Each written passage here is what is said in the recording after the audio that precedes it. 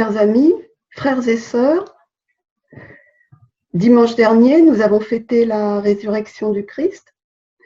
Bien qu'étant tous confinés chacun chez soi, n'avons-nous pas éprouvé quel privilège, quelle chance étaient les nôtres de pouvoir rester en lien et peut-être même d'entrer encore plus étroitement en lien les uns avec les autres par le biais des réseaux sociaux, grâce à tout ce que chacun y a posté.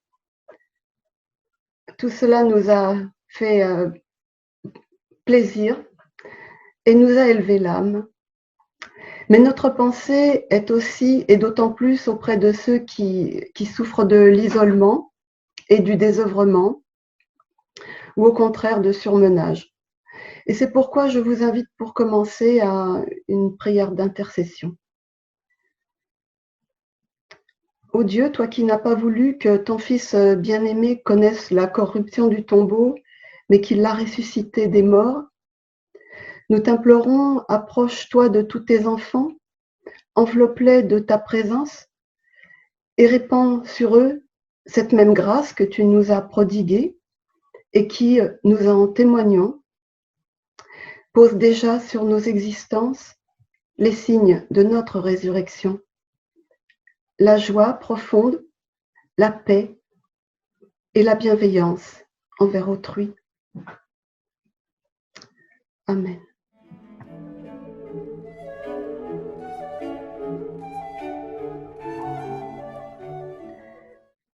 Les premiers disciples n'ont pas assisté à la résurrection.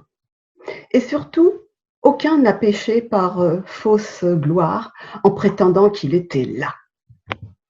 Aucune vantardise de leur part. L'Évangile ne nous laisse pas de récits héroïques, brillants, orgueilleux ou fabuleux. Paradoxalement, au moment crucial, l'Évangile éteint tous les projecteurs et nous frustre de la scène que tout lecteur et spectateur aurait le plus attendu de voir de ses yeux. Soudain, l'écran est noir. Dieu a agi dans la discrétion impénétrable d'un tombeau qui plus est déserté pendant la nuit, sauf les gardes qui dormaient. Son désir profond de susciter notre libre adhésion se montre là. Et c'est ce que je voudrais souligner avec vous aujourd'hui. Dieu n'a pas voulu nous réduire sous son empire par le spectacle de sa toute-puissance. Devant une preuve massue, vous êtes terrassés, vaincus. Il n'y a pas d'autre choix que de se soumettre. En même temps, quelle belle victoire et quel soulagement c'eût été pour Jésus. Il n'aurait plus besoin de s'échiner à nous ouvrir l'esprit.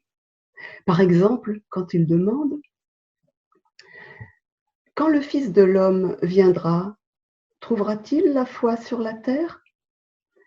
C'est dans l'Évangile de Luc, chapitre 18, verset 8. Fini ce travail harassant pour de maigres résultats. Nous serions tous conquis. Alors ce serait formidable. Non, pas formidable du tout. Car le problème, c'est qu'il n'y aurait pas besoin non plus de vie spirituelle. Il n'y aurait plus besoin de foi, mais plus besoin non plus d'esprit. À peine besoin de cerveau. C'est beaucoup cela que les incroyants ne voient pas quand ils disent « Où est-il votre Dieu ? Et qu'est-ce qui nous prouve que votre Jésus-Christ est ressuscité ?» Ils ne voient pas que la vie spirituelle suppose un creux, disons-le, un vide, qui, comme par un fait exprès, ressemble à un tombeau vide. Oui, la vie spirituelle demande un espace qui est laissé sans rien pour nous permettre de l'explorer, de l'arpenter librement par la pensée et de faire un choix quand nous nous trouvons à la croisée des chemins, quand nous rencontrons le personnage de Jésus-Christ, par exemple. Je pense, par contraste, bien sûr, au régime totalitaire où vous n'avez justement plus aucun espace d'intimité. Vous êtes pris dans un étau. Votre esprit est captif, jusque dans vos rêves nocturnes. Vous êtes hanté par des cauchemars. Mais en ces lendemains de Pâques, je donnerai l'exemple beaucoup moins tragique des montagnes russes dans les foires d'attractions. Si. Quand vous montez, pas moi, vous, dans un train de montagnes russes, vous êtes immédiatement plaqué sur votre siège et sanglé par des dispositifs de sécurité. Et ensuite, même si vous hurlez au secours, vous ne pouvez rien faire d'autre que de subir de plein fouet chaque millimètre du parcours qui est conçu pour vous faire mourir de peur. Ni votre esprit, ni votre corps n'ont plus une once de marge de manœuvre. Vous ne pouvez ni arrêter le train, ni descendre en route, ni regarder ailleurs, ni penser à autre chose. Vous ne maîtrisez plus rien. Or, quand vous ne pouvez plus ni rien faire, ni penser à rien qui vous soit propre, le comble du divertissement est atteint. Comme de façon criminelle, le comble de la terreur est atteint sous un régime totalitaire, politique ou religieux. Or, la vie spirituelle est exactement l'inverse du train des montagnes russes qui fait peur pour rire, comme du régime totalitaire qui terrorise cette fois pour de vrai. Vous remarquerez que Jésus n'impose aucune pression. Il interroge, comme s'il se faisait d'ailleurs cette réflexion à lui-même. Le Fils de l'homme trouvera-t-il la foi sur la terre? Sous-entendu, est-ce que cela intéresse quelqu'un? Ni sangle, ni ceinture, ni méthode pour vous contrôler, corps et âme. Au lieu de cela, la question qui ménage l'espace nécessaire à une vie spirituelle libre, par définition, dégagée de toute crainte. C'est pourquoi le personnage principal du récit de Pâques est le tombeau vide, qui d'abord plonge dans la stupeur et la désolation les premiers témoins qui n'imaginaient, qui ne demandaient rien de plus que de se confiner étroitement avec le cadavre de Jésus dans les ténèbres froides du tombeau. Or, Dieu a voulu notre libre adhésion à des réalités intangibles depuis sa révélation jusqu'à la résurrection. Pour cela, il a desserré tous les étaux et à chacun de voir pour soi-même. Avant de prendre congé pour aujourd'hui, je voudrais vous présenter la musique qui va suivre de Jean-Sébastien Bach.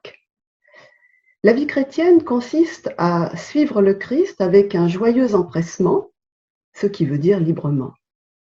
Et dans ce chant que vous allez entendre, le disciple s'adresse à Jésus et lui dit « Je te suis moi aussi d'un pas joyeux et je ne te quitte pas, ma vie, ma lumière. » Mais le disciple sent parfois son ardeur diminuer et sa force fléchir et il supplie Jésus de l'aider. « Poursuis ta marche, Seigneur, mais de grâce, continue à me pousser, à me tirer, à m'exhorter. » Ce disciple qui s'en remet d'un cœur entier, avec une belle candeur juvénile au Christ vivant, pour l'aider à avancer vers le royaume tous les jours de sa vie. Dieu fasse que ce soit nous. C'est l'intention de ce chant de Jean-Sébastien Bach.